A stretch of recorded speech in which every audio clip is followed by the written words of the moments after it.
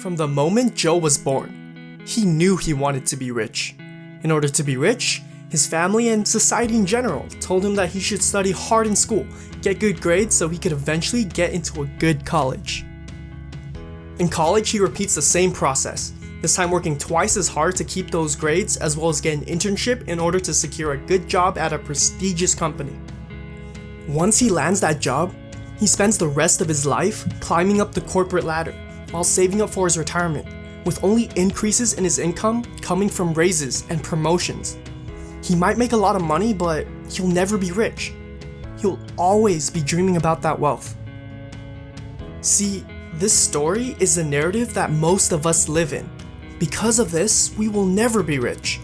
This is because most of us don't understand money. School never taught us this. Our families never taught us this. The book, Rich Dad Poor Dad, written by Robert Kiyosaki, fixes this problem by exposing it and teaches the fundamentals about the topic of money. So, in this video, I'll break down the core lessons in this book that'll teach you how to be rich, and explain what keeps people from making the money that they dream of. By the end of the video, you'll shift your perspective on money and prepare to make the money that you know you deserve. First of all, let's define what wealth is. In the book, wealth is the measure of the cash flow from the asset column compared to the expense column. So, do me a favor, imagine that you stopped working. Now tell me, how long would you be able to survive? How many days would you be able to live off of if you did not have any money coming in? This is essentially what wealth measures. It measures a person's ability to survive so many days forward, or well, financial survivability. A wealthy person would be able to live indefinitely. Being able to have enough income generated from assets each month that fully cover monthly expenses means that someone is wealthy. How do you get to this level? Well, we first gotta understand the difference between an asset and a liability. Understanding the difference between an asset and a liability is incredibly important in being wealthy. So what is it? An asset, by Kiyosaki's definition, is something that puts money in your pocket. A liability, on the other hand, is something that takes money out of your pocket. The people who don't understand end up becoming either poor or middle class. The people who do understand become rich. Here's why. Let's break down why each class is at the wealth they're at by examining their financial statements. Let's first examine the poor. This is an example of a poor person's financial statements. A lot of poor people claim to live from paycheck to paycheck, and well, this is unfortunately true. If you were to look at their income statement, the wages that the poor may earn first go through their income column, which then goes through their expense column. Examples of expenses could be rent or food. This means that the poor are struggling just to make ends meet. And the problem is, even if you were to give them more money, they still wouldn't be financially successful because their problem stems from their poor spending habits. And having poor spending habits results from a lack of financial intelligence. This is shown in the next class, the middle class. The middle class isn't so different from the poor, with a major difference being that they usually make more money. In terms of financial statements, the middle class also lives from paycheck to paycheck, but they spend it differently. The salary that they get from their jobs would first go to the income column, which is then spent in the liability column, which then produces expenses for them. Like I said previously, the middle class would often have higher paying jobs than the poor, which helps them pay off bills or save up for retirement. However, the remaining money would then be used to buy liabilities such as a nice house, fast cars, or any other type of modern comfort. And if they can't afford it, then they'll just charge their credit card and ultimately just put themselves in debt. Though they may appear financially successful with their huge houses or fancy cars, if you just look at their financial statements, you can just tell that they're not wealthy. Lastly, we're gonna examine the rich. They understand that liabilities will only incur expenses, so they try to avoid having as many liabilities as possible. In order to be rich, the rich invest in asset columns that generate income, which then go into the income column, which can then be further reinvested back into assets, which create even more income, creating an ever-growing financial cycle. See, what makes the rich so different is they're focused on building assets, such as stocks, capital gains, dividends, rental incomes, royalties, and other sources of passive income. Unlike the poor or middle class, the rich have multiple sources of income. So if we want to be rich, we have to start investing in assets.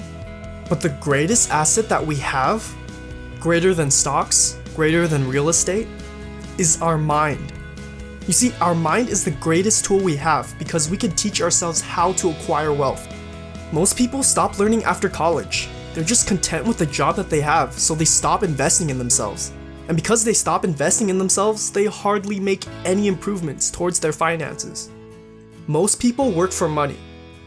But the rich work to learn. And the more you learn, the more financial opportunities that you can identify and use to make more money. This can range from reading books to listening to audio tapes, going to classes, or attending seminars. Try to learn a little bit about everything related to money. You want to be versatile. There's a lot of smart people out there with very high-paying jobs, yet they'll still find themselves still broke.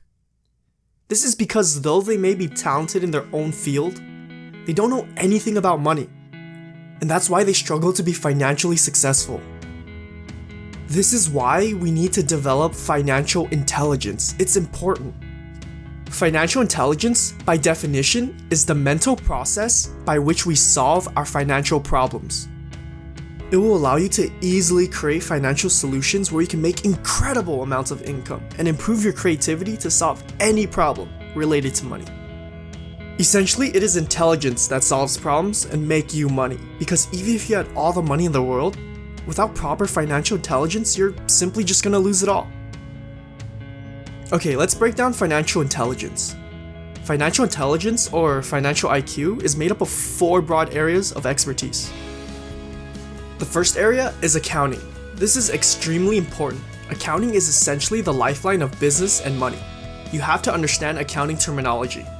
You also need to develop financial literacy to be able to read financial statements, such as a balance sheet, or an income statement, or a statement of cash flows. This will help you understand and analyze businesses to see whether they are strong or weak. This is a more detailed-oriented subject. The second area is investing, which is the science of using money to make even more money. Unlike accounting, investing is more creative in nature. This is because accounting is based on what's happened in the past, such as past transactions. Investing, on the other hand, is done by using effective investing strategies and formulas. You need to either learn from someone or come up with your own.